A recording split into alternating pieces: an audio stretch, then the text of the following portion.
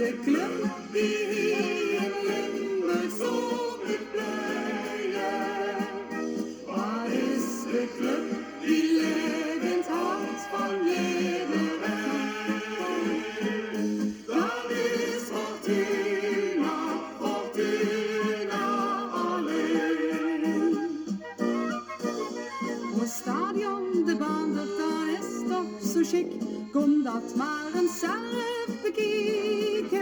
Dat is toch het schoonste wat in Limburg ligt. Dat zal ik dan gauw wel gaan blijken.